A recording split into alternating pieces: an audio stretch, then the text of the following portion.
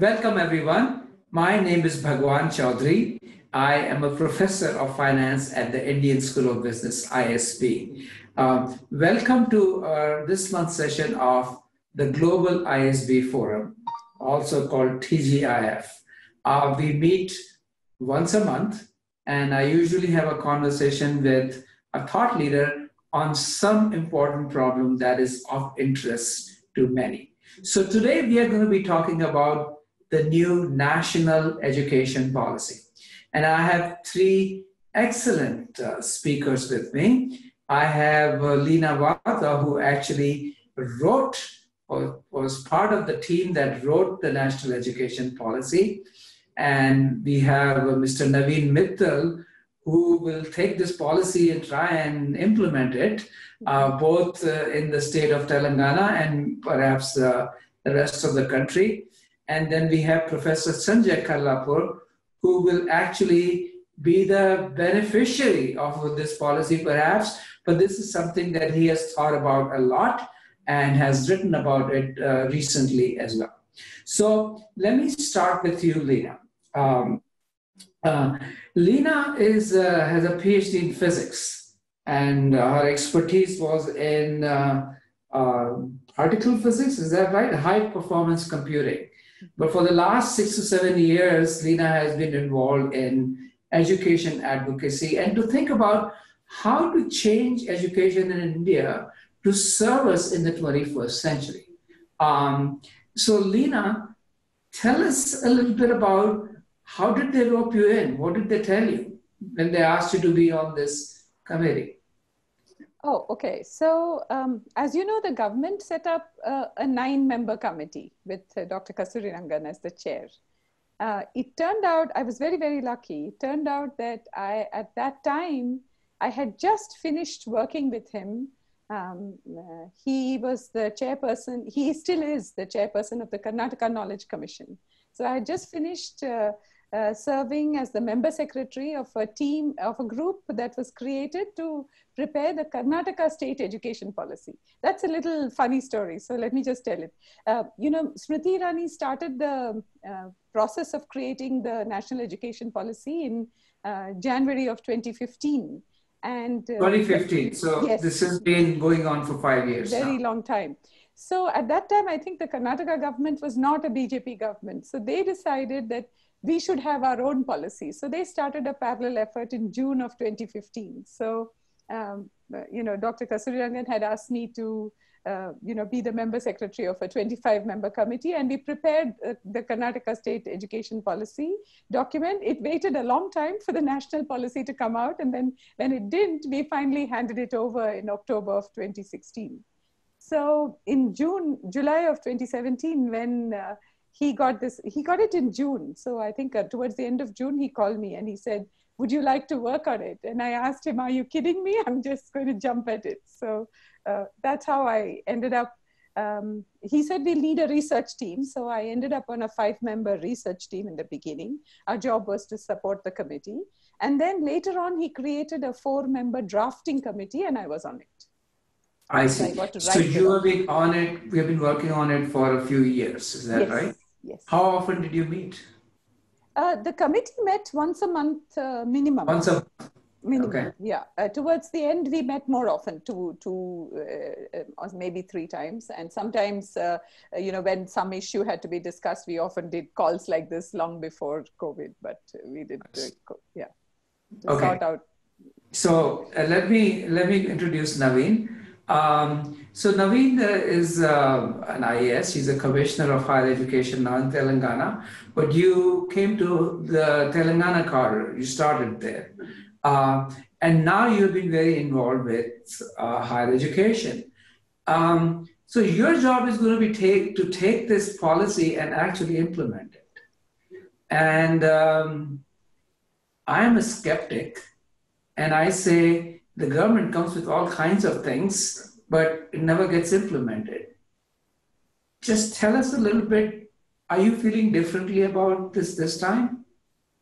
Bhagwan, I think you made a very valid point in the sense that in our country, we have a good history of some excellent policies and excellent laws, but when it comes to implementation, the success rate is not of that standard or of the quality which we put in our policies or the laws. So definitely implementation is the key. I mean, whatever. And why is that? Tell me a little bit about. Is it because you folks, the Naveen Mithils of the world, the IAS, they are not doing their job, or is it because the policies are ill-conceived? I think that there are multiple reasons for it. So I'll just probably talk about a couple of them. One is many times the policy perspective is sometimes from a, let's say, 30,000 feet perspective, and not really looking at what actually works at the ground level or not. In the sense, I'm not talking about this policy, but I'm talking about In general. reasons for failure of policies in general. So that's one issue, in the sense it doesn't take into account the intricacies of implementation and the varied nature of governance structures and geographical situations in our country, or even the cultural aspects which are so varied across the country. So sometimes one size fit all does not work. So that is one issue in general.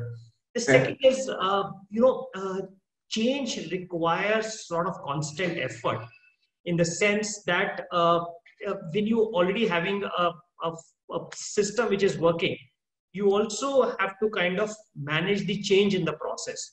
And that's a very difficult task. And we have seen sometimes large organizations also failing on that front, in the sense because they could not change quickly enough with the times. So, and to bring in change in the governance structures is not an easy process, because you have to really cut through a lot of things. You have to modify laws, you have to modify structures, and many times the government structures are not flexible enough to bring in those changes. So I think these are probably two of the most important reasons which come to my mind. So I'm going to come back to you and ask you to dig on it, dig a little bit deeper on some of these things. Let me go to Sanjay. Sanjay, you wrote an op-ed in the Hindustan Times 10 days ago or so, where you've said this looks like the 1991 moment for the education policy.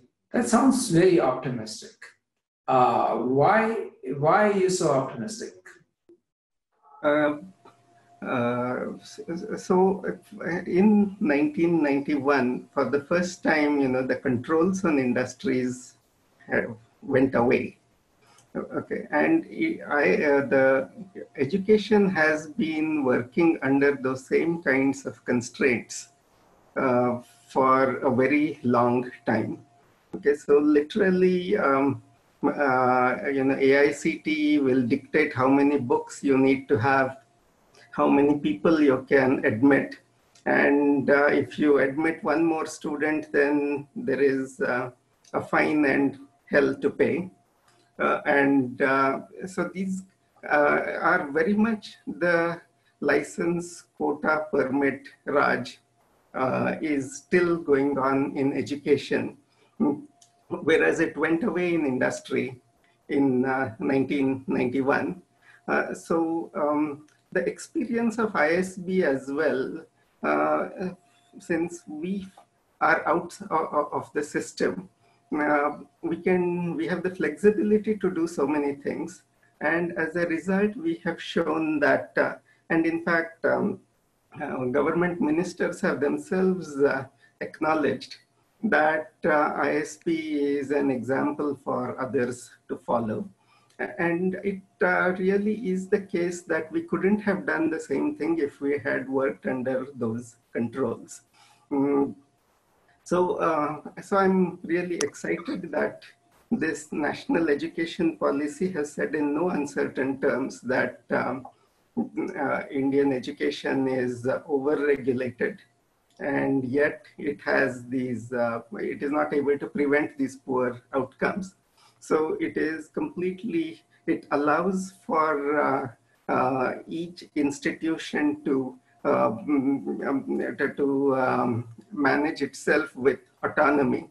And that is a necessary condition, but it is not sufficient. Okay, so let me take that point and now go to Leena and say, do you really mean it? Does the government mean that they are going to give more autonomy and they are not going to over-regulate or regulate with a tight fist? This is something you wrote, but deep in your heart, do you believe that the government means at this time that there will be autonomy? There has to be. No, Otherwise, we I don't have a understand chance. there has to be. Do I believe that it will? I think Prime Minister Modi has spent enough time on being briefed about the, I mean, I think he's taken several meetings. I don't know whether that is normal or not, but we have the political commitment this time to do it, to give us a good education system. So the commitment starts from the top. So that's pretty good. But there are definitely entrenched interests. This is why autonomy, even though it has been talked about for more than 2 decades or much more than that, in fact, has been continuously eroded instead of getting, strengthened. So I think it remains to be seen.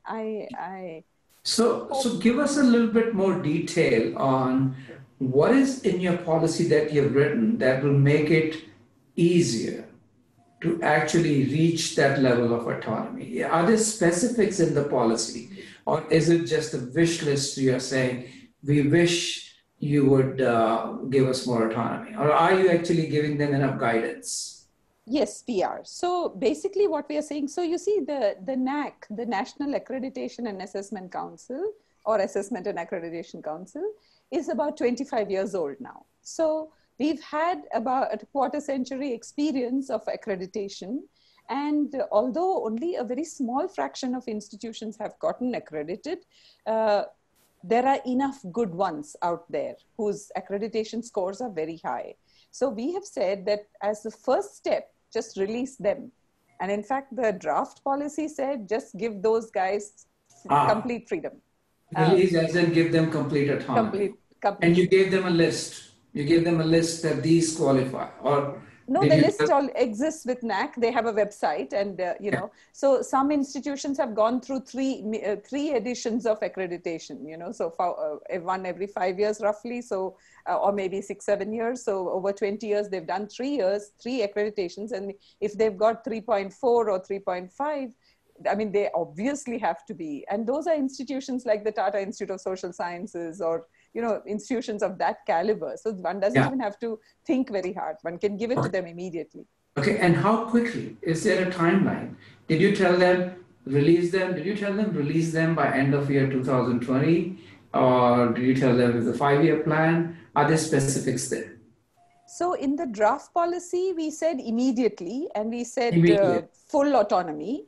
But the government's version of the policy, the shorter document, NEP 2020, has said that it will be graded autonomy. Because you see, we are in a very trust deficit system. So, people feel that, you should begin with academic autonomy, and then we look at the financial autonomy as the last step, because that's like the holy grail of autonomy. So therefore, I think there will be delays in terms of timelines about how quickly they'll come. But there is absolutely no reason as a first goodwill gesture for them to do it next month as soon as the implementation policy comes. Yeah. So let me ask Naveen, what have you heard? What have you heard? So in Telangana, are you ready to tell, University of Hyderabad, which is an institute of eminence, right? Are you ready to tell them that you have the autonomy, go and do what you want? So, first of all, Bhagwan, I must say that I entirely agree with Sanjay that this is 91 moment in education. Okay, now, So, coming to the autonomy part, before answering the question, I would kind of give you the background of it, in the sense where is the problem with autonomy and where it is not. So we have this interesting system of these affiliated colleges in our country. And if you look at the global perspective, I think the system of affiliated colleges is probably only in the South Asian subcontinent.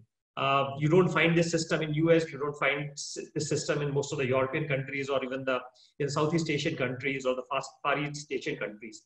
And the problem with the system has been that these colleges have survived by riding on the universities, in the sense. So, for example, let's say, let's take an example of Hyderabad. An engineering college in Hyderabad, irrespective of the quality it has, if it is affiliated to JNTU, the student is getting a JNTU degree. So there is no real incentive for this college to improve on quality or go in for autonomy, or even a college which is affiliated to, let's say, Osmania University, irrespective of, I mean, even if there's no faculty, even if there's no building, even if there's no teaching happening, the student is going to get an Osmania University degree. So I think that one of the fundamental changes which this policy is bringing about is trying to do away with this system of affiliated colleges and going into autonomous degree granting colleges.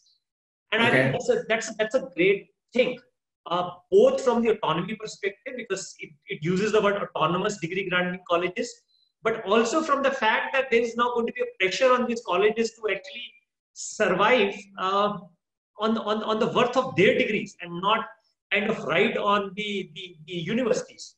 So that is one of the real fundamental, I would say, policy initiatives which are going to is going to make it possible. Now, coming to the university autonomy part, and also some of the national regulatory structures which have constrained education in India. So there are UGC guidelines, there are AICT guidelines, and there are state government controls or central government controls on some of the central university. Hyderabad Central University is actually a central university, and then state government controls over the state universities. And the good thing which the policy talks about is that it is talking about light but tight regulation. So what Leena was just mentioning about the trust deficit part of it, it's talking about a light regulation, but saying that it is going to be tight. So the cost of regulation should come down. There should be greater autonomy for the people who can kind of excel in that. But then there should not be somebody who should just misuse it and then kind of create problems for everybody concerned. So I think that's a great policy recipe which is there. And if you ask me personally, the question which you said, so Hyderabad Central Universities must definitely get autonomy, and I think central universities to a great extent do have the autonomy. State universities, the problem is otherwise, and I think there needs to be greater autonomy for the state universities also. Okay. I want to propose a slightly different model, and I want to go to Sanjay. So one answer you said was that these affiliated universities aren't good enough, but they get associated with a JNTU and they ride on their reputation, so to speak. And you said that they have no incentive. But there should be an incentive. And I think, Sanjay, you talk about in your op-ed, you talked about what we need to do is create incentives so that universities that build that reputation are granted a disproportionate amount of funding. So then JNTU would have an interest not to take a fly-by-night university and bring it part of it, because it's going to hurt its reputation. And if it hurts its reputation, it won't get this extra funding. Sanjay, can you say something about those incentive structures? Yes, so the big difference between autonomy for industry and autonomy in education is that education does not face the same amount of pressure from a sudden outflow of students. So if there is a prestigious institution or a university or a college, it will continue to attract good students on the basis of its past reputation. So we need more incentives, and that incentive can come from government funding. So government funding is necessary for educational institutions. And so UK has this system of doing a research assessment exercise and giving funding based on the quality of research. And the distinguishing feature of it is that for the top level research, the funding is disproportionately higher, which is appropriate because A, it costs more money to do top level research. And secondly, society benefits more from that top level research. So that kind of funding mechanism, I think, is necessary for universities to have the incentives to do the right things. And it also, when there is government funding, there has to be accountability. So it is difficult to give money and say you are autonomous, you can do whatever you want with it without anything in return. Whereas this kind of research assessment and giving money based on research assessment meets that constitutional requirement as well. Okay, so Sanjay, I think I'm going to go to audience questions as and when I see something relevant. There's Mr. Namasevyam Senthil Kumar who's asking, and Lina, I'll address this question to you. They are saying NEP is very silent on the funding and the mode of devolution of funding for higher education. Did you guys talk about it? Did you choose not to say something about it, or what happened? Is that for me, Bhagwan? Yeah, that's for you, Lina, because Sanjay is saying that, we can build in incentives through funding, disproportionate funding for better performance. And this person is saying, Mr. Senthil Kumar is saying that NEP doesn't say much about funding and things like that. Were you not charged to think about it, or did you talk about it and it was complicated and you said, let's not say anything? No. I think the thing about funding is that we did talk about it. We talked about it a lot, and but we didn't write as much. But we've written some of the most important things. For example, we have talked about growing research in universities and colleges, and we have talked about the National Research Foundation, which will sort of do peer-reviewed merit-based proposals across disciplines and focusing mainly on universities and colleges, and keeping the reality of India in mind, which is that there is not much research in universities and colleges. The policy has gone further and said that, existing research institutions and existing experienced researchers can partner with colleges and universities and mentor them. And for that, if someone is retired, they will have their salary topped up. So there, and with no retirement date. So long as you can pull in funds, you can continue to work with universities and colleges to improve research in those institutions. So this is an incredibly powerful incentive for existing researchers in the country to look towards sharing their research abilities and potential and so on. So that's one very important thing we've said. So this is very similar to the National Science Foundation in the US, for example, which would fund many projects and things like that. But that seems to go to the very top. Are you estimating that there will be a large amount of funding available? Yes. Or there will be? The idea is to have a large amount of funding. There are some questions from the panel. People are saying, where's the money going to come from? We are just about coming out of this lockdown and the economy is down. Is that going to put a break? So I want to just say that since we submitted the document before the lockdown, even then there was tremendous amount of concern saying that where's the money going to come from? Because India, for example, doesn't spend more than 1 point something percentage on health. And it's already a big deal that we are doing something like 4% on education. So Dr. Kasturi Rangan, who has many years of experience in space, said that, we have taken risks and invested in the past and we have succeeded. So he was thinking obviously of space, and this time we must do that in the same thing in education, because we want to build a knowledge economy and the foundation for that is a good education system. He also went on to say that, look, we are growing as an economy and we will become 5 trillion and then we'll become 10 trillion. So the economy is going to grow and it will become easier to find the money. Let's get started getting ready to spend the money when it comes. That was his very positive message. I think that the analogy here is that let's get the plumbing in place. Right. Once the water will flow. Then the water will flow. So it's a good time to begin this. I want to switch a little bit. There are a few questions I'm reading. And the 2 questions that are coming up are, we need more outcome-based education.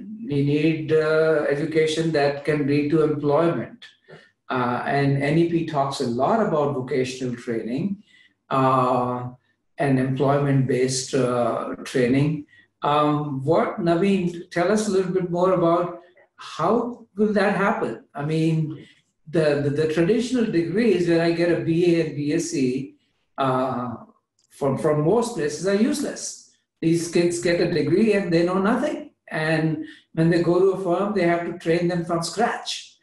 So how are we going to fix that? I think there are a couple of things. One of that is the institutional autonomy, which we are talking about. So problem right now is that every single college which is affiliated to university has to follow exactly the same curriculum which the university has prescribed for all its colleges. For example, okay. Dina, is that going to go? Is that going to disappear now? Yeah, we've given 15-year time frame to make all the affiliated colleges disappear. Yeah. Oh, we don't have 15 years. Okay, all right. So we go back. Yeah. So one is basically that the moment you start encouraging autonomy, I mean, it says the outer limit of 15, but there is no reason why it can't be done early.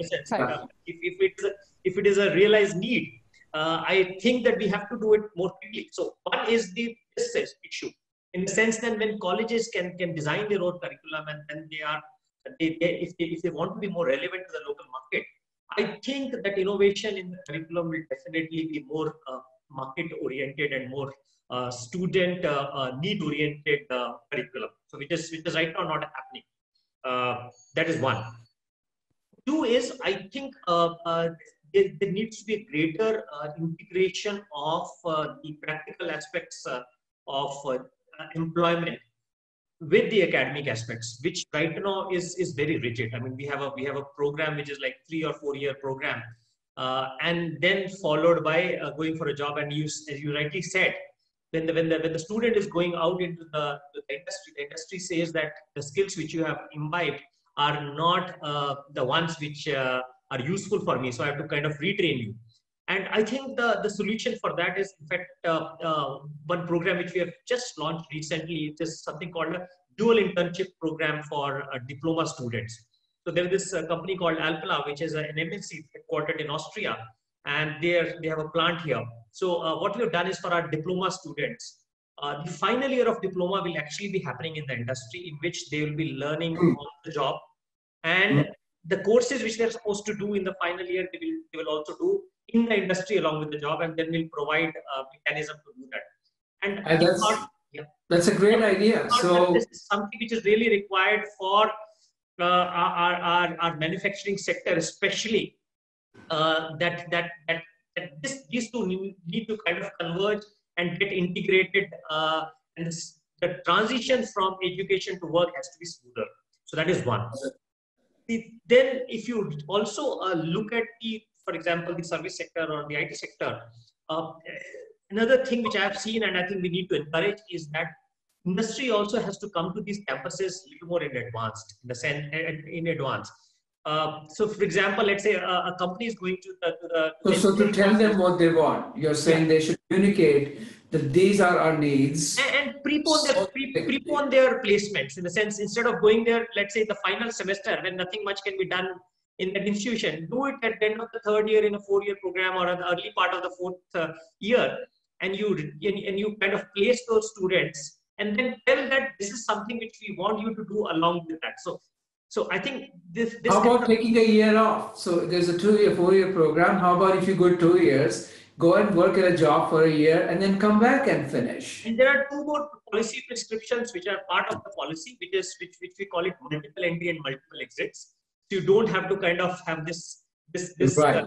separation between education and work. You can do it kind of go back and then more like an executive program. You can go and work and then come back for 6 months over. So professionalizing will need some time. And I think the mindset of the parents have to change too. Here, when I talk to parents in India, they always say, when I said that, go and get a job for your kid who's just passed high school, they said, "Nahi beta, pehle bachche ko education khatam karne do." Like it's a meal you have to finish. I mean, learning is education, working is a job. So how about, so if that mindset changes, then it will be a bit easier as well. There's one suggestion that came through these questions that I'm going to throw at you. Vijay Marsetti, who's at University of Hyderabad, a friend and a colleague, he's saying, can we use the CSR funding for these purposes? Can we direct some of the, because that's another, we have a 2% requirement of profits have to go to CSR. Can that go to education, and would that qualify? Yes, Bhagwan, it does qualify. I have seen the law, and it says education is one of the items that is allowed under CSR spending. And it also says that all this has to be interpreted broadly. But there is one part which says that you can't just give money, you have to have program evaluation and things like that. So some sort of guidance from the central government and from influential leaders that companies should be doing more of this would help, I think. Okay. So Sanjay, let me ask you one more question, which you again wrote in your op-ed. Mm-hmm. The point you made was that because reputation takes a long time, mm-hmm. Then Harvard still would have name Harvard even if it starts to deteriorate.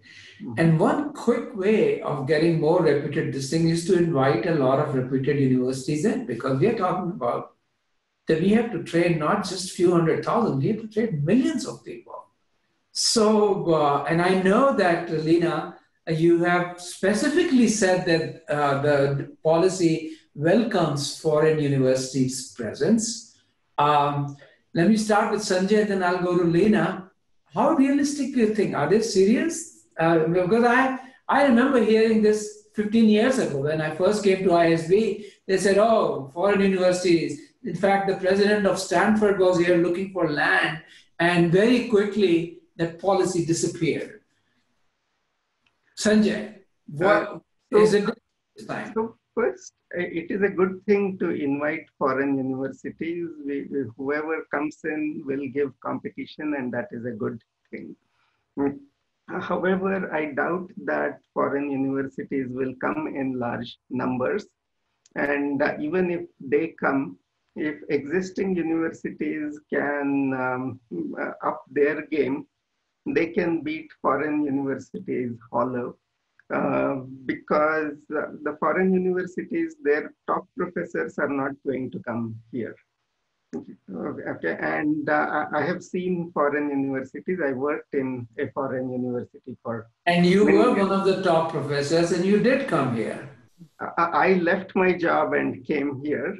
Yeah. But my former university and a lot of them are going to all these places like China, Singapore, Dubai, because there is more money in there. So it's just a money-making game for them. And the Indian policy says that whatever money you make here has to be spent here, which is a good thing, I think. So I don't think a lot of foreign universities are going to come, except because there are a lot of Indians professors in foreign universities. So if I may tell a small story about ISB.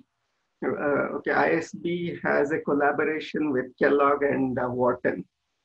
And Wharton also helped Singapore Management University at the same time. Wharton reportedly got $25 million from Singapore Management University. And Wharton and Kellogg got zero from ISB. They are collaborating with us just for the benefit of doing so. They are not getting any money out of it. So somebody asked the longtime dean of Kellogg, Don Jacobs, what's in it for Kellogg? And he said, 15 to 20% of my faculty are of Indian origin. This is my strategy to retain them. Okay, all right.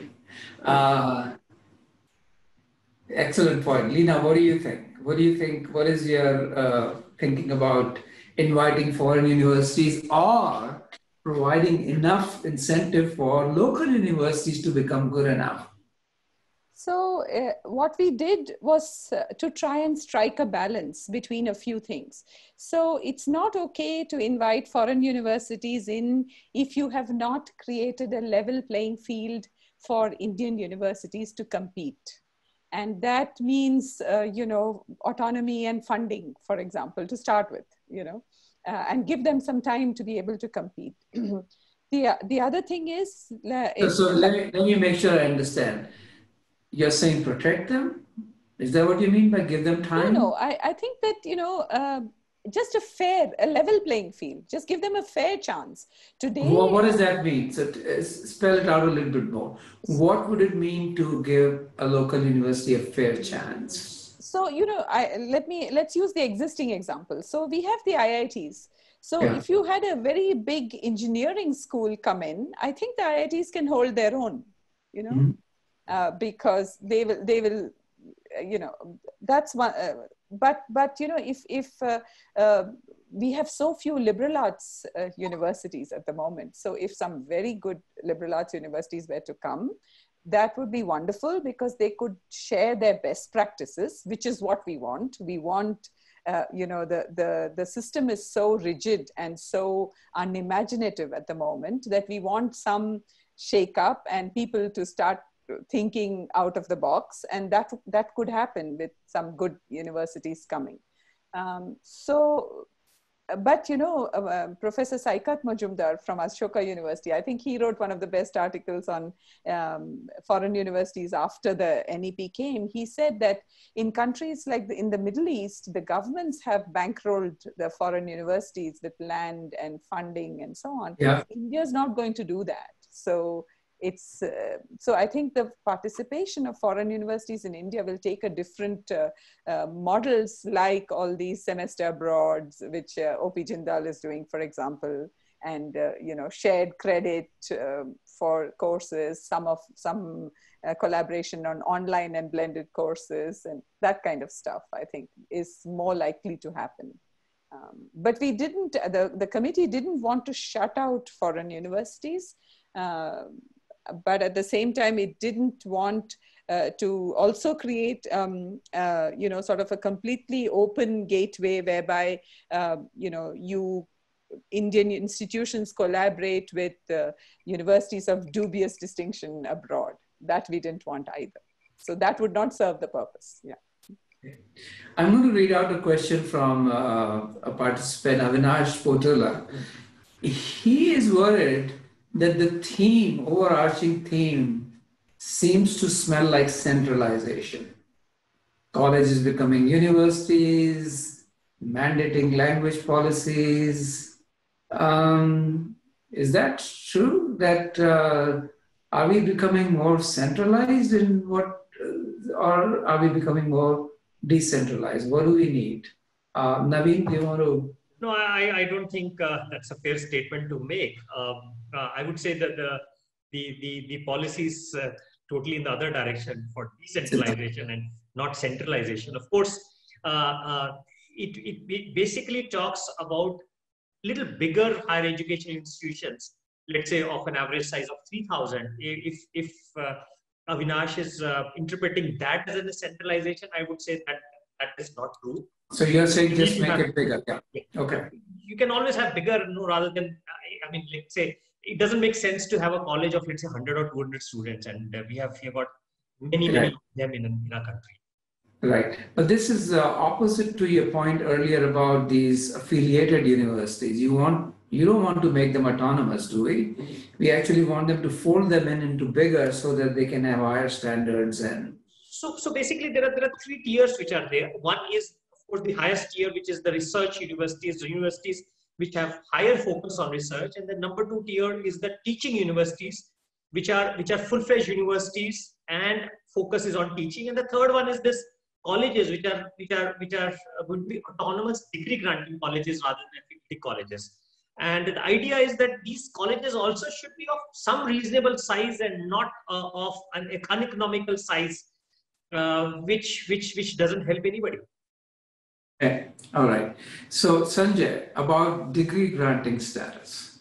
First of all, do you think the idea of degrees was a 19th century invention and 21st century we won't need degrees, we only need skills? So Google is saying, I don't care what degree you have. Tell me whether you can do machine learning or not. What are your thoughts? Uh, I think that a degree is still essential. For specific jobs, for machine learning, you need a qualification in machine learning, which need not be a degree from a university. But more and more specifically because of machine learning and artificial intelligence, what our students will need are those things that make them more human. That is creativity, critical reasoning, communication, and so on, which I think is still well taught in a program that leads into a degree. Okay. Lena, you are particularly passionate about the idea of vocational education. So tell us, how does that fit into this whole idea of standardized? Should the syllabi be standardized or should they be more local? So what the Telangana state might need and what Karnataka might need in terms of skills might be different. So is it fair to sort of give, B.Tech to both? Or should we just say, here's the skills we are giving you, call it whatever you like? Lena? At the moment, the way we understand things, we wouldn't club a B.Tech degree under skills or vocational education the way we are defining it at the moment, because B.Tech is still a very, very aspirational degree. It's called a professional degree. Engineering, law, medicine, and agriculture are come under professional education. We were sort of aghast that teacher education is not considered professional education, but it's formally not in our country. So we're not talking about B.Techs. We are talking about vocational education. Your sound engineer or your X-ray technician or your, many other professions of that kind, actually. So, in higher education, vocational education is really an extension of what happens in school. The biggest change in vocational education should happen at the school level, where students get introduced to vocations. Yeah. Introduced to what does healthcare mean, what does a blood report look like, what does, anything. Just introduce them to various professions in healthcare, various professions in IT, if you want to, our IT enabled, computer-aided design, all kinds of things like that. So at school, and we think that if you do a good job of integrating vocational education at the secondary school level, a very large percentage of young people don't need to carry on into higher education. They can take a very good learning and just go into jobs.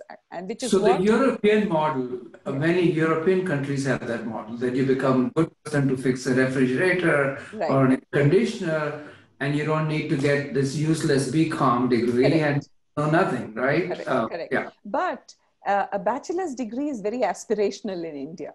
It's very well known that people want a bachelor's degree. It sells on the marriage market, for example.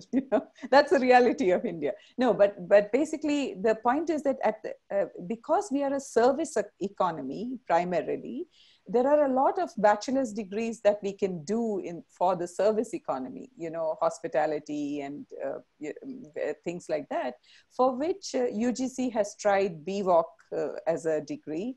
And people have learned, done apprenticeships and studied BVOC and gotten jobs and been very happy, but they still come back and say, don't call it a BVOC, call it a BSc or something else. Okay, so there is this stigma associated with vocational education, which and has a reputation. I think going back to the Bollywood movies, they used to say BA first class. Yeah, it's a sign of a good hero who has a BA first class. That's right. That's right. Let me move to one couple more questions. 2 or 3 people have asked this question. People are worried that are we commercializing education? And one person put it in Hindi, I'm going to read it. It says, Naveen policy शिक्षा के व्यवसायीकरण को कैसे रोकेगी?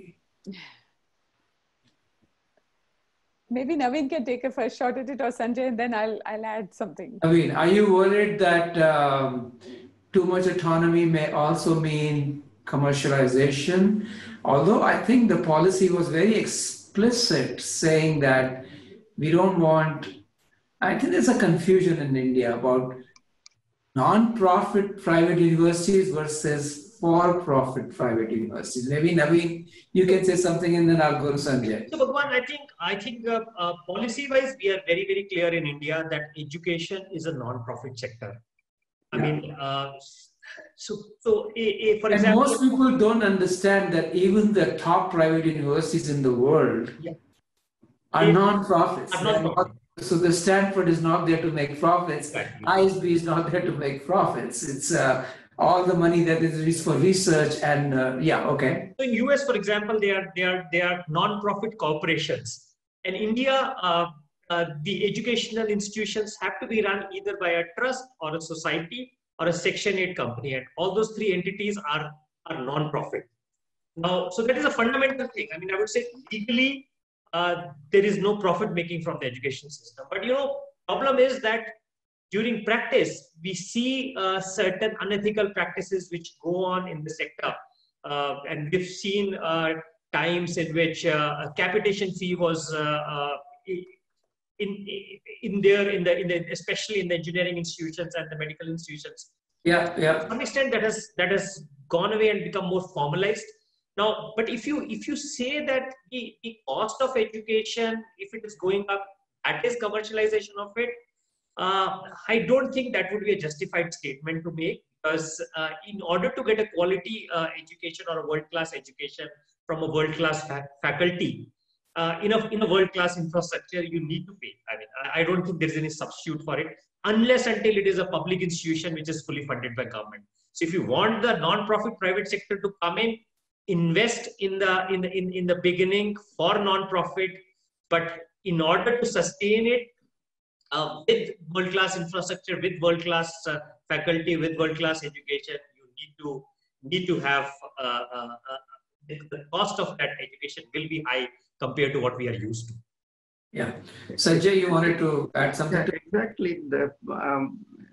People don't understand that not-for-profit does not mean that it cannot charge enough to cover its costs. Okay, not-for-profit means that the profits cannot be distributed to owners. It has to be plowed back into the same educational institution. And that is being made clear in the policy. And in India, while nominally a lot of educational institutions are not for profit, there are a lot of related party transactions like management fees and so on, which effectively allows the connected parties to siphon away the profits. So that loophole has to be closed. And hopefully it will be done. And I read in some part of the policy that that was going to be abolished by any name, management fees and so on. It was going to be abolished. And that really is the crux of the problem, I think. But exactly as Naveen said, to cover the costs of world-class education, fees may indeed increase. And is there anything wrong in principle for making it for-profit activity? After all, if I can teach you how to program well, that will give you a great job, and in the process, I want to make some profit. We know that that's the model that works for many other things. Why rule it out for education? It is, that's a good question, and I have thought some about it. And the reason is that education is bundled with research. Okay, so the quality of teaching, is bundled with the quality of research that is done by professors, and there is no measure for research. So it is not so for a programming course, NIIT can provide it just as well as an educational institute can. Yeah. Because So my point, Sanjay, was that we don't need to have one uniform thing for everything, right? There could be universities that are does research, and then there could be something that is purely, I'm going to teach you how to become a good air conditioner fixer, and I'm going to charge you. And better job I do, more students I will get. Is there anything wrong with that? Uh, yes, because there is a lot of public funding even for learning air conditioning and things like that, which is a good thing because, you know, Yeah. we cannot have, especially people who can't afford it, should not be denied to learn air conditioning and get a good job. So there is a lot of public funding. And we have seen that in the US, all the for-profits, you know, they have one fine day, they just close down and go away and leave the people who have invested their time and effort and money in that course just high and dry. So the potential for exploitation is just too high. Too high. Okay, very good. Let me go to some worries that you might have about. So I'm going to start with you, Lina. Since you were inside, I'm sure when you were inside, you were worried about some things that, oh my God, this will never happen. Or do you have some concerns? And what are the concerns? And maybe by speaking them out, we will actually address them. So rather than hide and say, okay, let's not talk about it, my view is that if we are worried about something, let's talk about it. So what happened during your deliberations that kept you guys sort of after the meeting, you could sleep at night because you were worried this won't happen? So one of them, which is not talked much about at all, is the fact that, you know, it takes 20 years to educate a child. Yeah. You know, you start from age 3 and you go up to 18 and then you do undergrad and maybe a master's. So it's 20, 21, 19 years, whatever you want to, depending on. Our government structures don't have any continuity during this period, actually. They also don't have any institutional memory. Yeah. So, you know, things that have been tried and failed will come back again because people just forgot that they had tried and it has failed. So yeah, there is this concern that, you know, once a policy is made, it is up to the bureaucracy to implement it, but the bureaucracy is in constant churn and so is the government. Politicians are changing, governments are changing. Wait. Politicians churn, but bureaucracy is always there, right? No, but the people change. That's why we need the IAS folks, because they have institutional memory. Isn't no, that they don't. I'm told, Naveen can answer, but I'm told that the average tenure of an IAS officer is about 18 months in any particular role. Oh, okay, in any particular role, yeah. That's and we did the arithmetic. Somebody I know did the arithmetic. In the 73 years since independence, we've had 34 or 35 secretaries, only 2 of which did terms lengths more than 4 years. Ashok Thakur and somebody very long time ago. So everybody churns, you know, and then when the new person comes, there is actually no handover. And so, you know, you can't run an education system like that. You have to have monitoring, you have to have constant information gathering, data gathering, feedback, plow it back, try changes and so on. So one of the things that we had suggested in the draft policy, which did not make it into the national education policy, is the fact that we said have a big committee of academics, bureaucrats, politicians, whoever you want, but a lot of people, at least the academics, should have 6-year terms, and then, you know, they can provide the continuity across change of governments to actually watch over this. And we had said that some such kind of structure should be created both at the center and at the states. And it didn't make it. This didn't make it. Okay, let me go to Naveen and I'll come back to you and why it didn't make it. Naveen, what are your thoughts? How do you provide continuity? I mean, one of the things I'll tell you, if I were to go back to the university I came from, where I taught UCLA, and I said, hey, let's go to India, the first question would be, but they're going to change their mind in 2 years. How do you get around this issue? So I think one of the ways to do that is to create those institutional structures. For example, the policy talks about the Higher Education Commission of India, which is going to be the body. And as Leena said, if that can be staffed with people who have a longer term perspective, I think that is the entity which can provide that kind of continuity. Hold that thought. Leena, why they did not make it to the policy? What do you think was the reason? They didn't give us an explanation. They just said that... Who's they? I mean, the ministry, the committee was tasked with the idea of the job of writing the draft policy and hand over to the ministry. And then the ministry created the government's version of the policy. Yeah, the Ministry of Education now, MHR. And was there any gossip in your meetings about what happened? Why it didn't make it? It's speculation. No. So I'll tell you. I'll tell you. I think one of the reasons is that it got bad press. When the draft policy came out, so one of the things we had said was also to do with a defect in the government system, which is that ministries don't talk to each other. So if you want to integrate vocational education and you have a separate skill ministry and you have an MHRD and they don't talk to each other, there is no way we're going to implement it. So we had said that let's have the Prime Minister head the National Education Commission. Okay. And there were two reasons why we wrote that it should be the Prime Minister. One was that we wanted coordination across ministries. So if the Prime Minister said this has to be done, then all the ministries will go off and do it.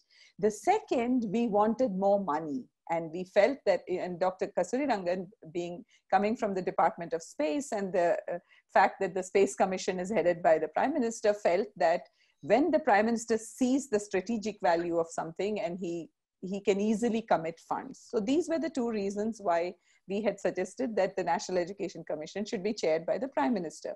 But when it came out, it got a lot of bad press. And the Prime Minister himself said that he's just too busy and he doesn't want to take on one more commission. So I think between the two of them, the idea died. They have promised that the Central Advisory Board on Education will do some of these roles. But I still think that state governments can do this. If the state governments do this, I am certain of it that they will do a much better job of implementing the policy. So, okay. Sanjay, do you have a thought about how to create a long-term institution? The model I'm thinking about it is like the Supreme Court. It's a very long-term kind of an institution. Or, I don't know. Do we think, is there a room for creating something like that? Sort of like the Supreme Court of Education? Or we can call it human development or whatever. I think it is all driven by individuals. If you go to TIFR, Homi Bhabha's influence is still felt more than 50 years after his death. So it has to come from these public-minded, visionary, long-term thinking individuals. I see. So you're saying we can create it, but it's very important that the initial people that we appoint there are people of reputation that nobody would question, like our ex-president, people of that stature. And then, because the previous people were of that stature, the new people who will come will also be something like that. Okay. Mm-hmm. Okay, that's a great idea. There are a few other questions that we did not touch, and people are asking those questions, so I'm going to rephrase them. People are asking that we need lots and lots of teachers, good teachers, to be able to pull this off. Where are these teachers going to come from? How are we going to train them? How are we going to incentivize them? We already have problems of teachers being absent and unqualified. We can wish for all these teachers, but what is specifically we are going to do to create that body of teachers? Anybody wants to go on this can go first. The question is addressed to all three of you. Since all three of you have had something to do with developing teachers. Maybe Naveen first? Okay, Naveen. Again, especially in the higher education sector, we see that issue because there is no real, training which happens for people to move from being a student to being a teacher. So maybe a PhD degree, but the PhD is more of a research thing rather than a teaching thing. So people are not trained in the pedagogical aspects when they move into higher education, and I think that is one gap which really requires to be filled. There are some policy prescriptions regarding good teacher training, but then this has to be really translated into a proper reality. At the school education level, the problem is otherwise, in the sense that though a BA degree is a must for being a teacher at the school level, but then the program is very much disjointed from the basic degree which you have done. It's like kind of not integrated. You do a generic program of BEd, whether you're a BSc or a BCom or a BA. And I think this integration of the two would definitely be helpful in regard. That is one. So that is at the initial level, you get properly trained teachers into the education system. Two, there needs to be a continuous training. And for that, I think technology is going to be a great driver. In fact, I was attending one of the meetings of MHRD, and they were planning a teacher education program in the country. And I was really happy to see the shift in the thinking that our traditional programs have been completely kind of in-house, where most of the money which is spent on training is on TA, food, accommodation, travel of the teachers, rather than actually, training the teachers. And I think with technology, you can economize that and reach larger numbers, which we have not been able to reach in the past. So I think I would say these couple of things would really help in improving the quality of our teachers.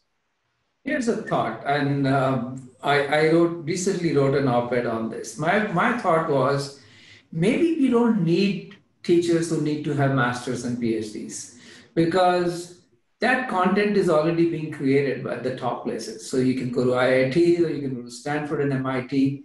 The teachers we need are those who can make students learn better. So don't fidget, do your homework. So they should be facilitators rather than creating content themselves. And if we change that, so this goes the opposite.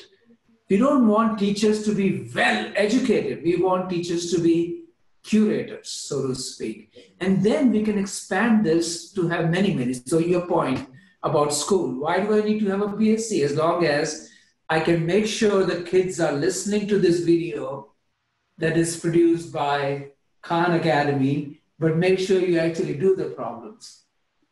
What do you guys think? Is that a crazy idea? No, I think we're moving into the direction of blended. You're talking about blended teaching, where the information is provided through a video content, but then there is definitely a role for a teacher to have an engaging discussion. Now, so I'm saying the requirement for the teacher should only be that we will watch the video, but I'll make sure that I answer your questions, and I make sure you do the homework and motivate you. But in order to answer the curiosity of the students, I think that the level of the teacher has to be much more higher. In the sense, maybe an ordinary teacher can provide information in the class. I'll give you a personal example. In fact, so my son is going to 9th class, and I can tell you one of the parent-teachers meeting, which I couldn't go in. My wife actually went to the school. The teacher complained, your son asks too many questions. and he disturbs the class. So my wife came and told me that, no, look, this is the complaint I got from the school. And then we were laughing. This is a good thing actually that the student is asking more questions. But the problem is that the answers don't come from the other side. So in order to answer those curiosities of the students, I think the teachers have to be a much higher order. And teaching profession has to become a more coveted profession rather than something which is not aspirational. And how are we going to do that? Leena and Sanjay, how are we going to find these committed, good teachers that can impart the education? And we need not a few thousand, we need hundreds of thousands of these. Sanjay, any thoughts? I really cannot speak to the scale problem because I have not been in large institutions of that size. But I will make one point, which is that I think to a great extent so far, the problem has not been the supply of teacher training. It has been the demand for teacher training. I remember early when I came to ISB, there was somebody, a very senior professor from University of Washington in USA, in accounting. So he said, I want to bring my colleagues and we won't charge you anything. If you can just organize a program, we want to, train accounting researchers. And I tried and I couldn't find enough motivated people who want that training. Fortunately, it has changed over time. And another issue, once we at ISB organized a program for about 50 lecturers in degree colleges, accounting lecturers in degree colleges in Hyderabad. And the supply was not the problem. I know one professor, Achalapati, who told me that if you can do this program, I'll bring 50 committed people. And so he had the difficult part. Of course, he did it very well. And I had the easy part because I requested, it was just before a conference that we had here. I requested those conference participants, will you each come and speak for 1 hour? And they said, sure. So it's, to some extent, it's not the supply, but the demand that is the problem. Of course, degree college lecturers, they don't have time. They are in the class for 15, 16 hours a week. So they don't have time to do anything more. Okay, Leena. If I where are we going to get these teachers? Sorry, say that again. Where will we get these teachers? So, the teaching profession is not a coveted profession today. This is clear. It's not. It's not, by and large. Government jobs are coveted, but there is the fraction of people who have government 6th pay or 7th pay commission salaries is very, very minuscule. 69% of college teachers in Karnataka and 50% of university teachers in Karnataka work on contract. So paid 10 months a year and contract renewed annually. This is not great. Now, but you see, there is another advantage of autonomy which we don't discuss, which is the fact that we've said that institutions have to stand on their own feet and compete on their quality of their own degrees. When that happens, institutions will start investing in their faculty members because it is the faculty members who will help them build the reputation of their degrees. When that happens, maybe there will be better salaries because salaries in the private sector are a third or a fifth of the salaries in the the permanent people salaries in the government sector. So it's like a chicken and egg problem that, and also what Naveen said, that we don't train teachers very well. We've neglected teacher training for a very long time. So a large proportion of teachers in the system at the moment are not, don't have PhDs, don't have research capacity, and so on. PhD enrollment is like 0.5%, which is not enough to have enough teachers. And then if you send them to get their PhD degrees, it's like a checkbox, so you just do some thesis, publish in some journals. So the quality aspect has not come in at all. But we think that over the next 10 years or so, when institutions start to invest in their faculty and pay them better, treat them better, train them better, then teaching will slowly come back and take its place. Until then, it's going to remain like this. So whatever we can do to train people for sort of band-aid type solutions, we'll keep doing.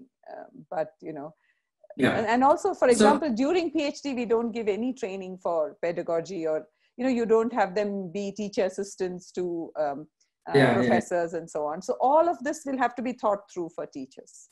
So many countries have compulsory military, that all young people have to do military for a year or two, right? What do you think about the idea of doing that for teaching? Say anybody, if you ever want to apply for a government job, you have to do at least 1 year of teaching before you can apply for a government job. I saw a question that sort of scrolled past, which also said that people from industry would be willing to teach. And this is true. People are willing to teach. And, especially for vocational education, people will be willing to give their time for free and come from industry and come and teach the kids something, whether it's algorithms or for AI or ML or something else. They will be willing to come and teach. And we need the institutions to have the flexibility to create a framework where all of these contributions can be sort of molded together in some whole, in some sensible way. And that can only come with autonomy. So we'll have to see how that works. So autonomy is like at the center of everything. So long as we shrug that responsibility, we will not allow the system to out of its shackles to grow. So we are almost at the end of our time. But the Prime Minister's office wrote to me and they said, we can't watch the whole video, but we'll watch the last 2 minutes of it. I'm joking, they didn't ask. But suppose I can only send them the last 2 minutes, and each one of you could say one thing to the Prime Minister and say, Prime Minister, do this for the national education policy. What would that be? Take 30 seconds, think about it. One thing, your wish, I wish you would do this, and then the national education policy has a chance of succeeding. If any of you want to volunteer to go first while the other two are thinking, I will take it. And then we will end our thing. So from my side, it would be funding for education. 1 for research, 2 for infrastructure in our public institutions, and 3 for student scholarships in quality institutions. So more funding. Okay. So funding for research, infrastructure, and scholarships. Yes. Okay. I would say just implement the NEP completely in letter and spirit. Implement the NEP in letter and spirit. And what would be the first thing? Suppose he says, okay, Sanjay, tell me what's the first thing I need to go and say on television. Do you have something? Autonomy for educational institutions combined with accountability, of course. Accountability and autonomy. And Leena, you get to say the last word because you started with the first word. So we're going to end with you. So, the Prime Minister is an extremely motivational speaker. He is able to ask for and get, commitment from the people he addresses.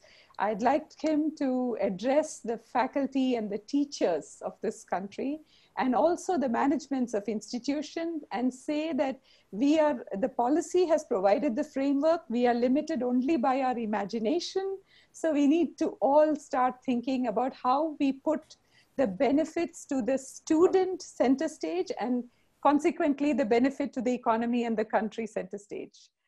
When in doubt, look at what's good for the students and figure out what's the best thing to do, and not other considerations. If he would say that, I think it would start a movement. I believe that. I think the Prime Minister is very capable of doing at least the last part. So he will give a fairy speech on motivate people to actually. So thank you, all three of you, very much for this really detailed, insightful discussion here. And I hope in 10 years we'll have another discussion and take stock of what we got done. So thank you very much for attending, and thank you for all your questions and your interactions. Bhagwan, may I say something? I think there were many more questions than we answered.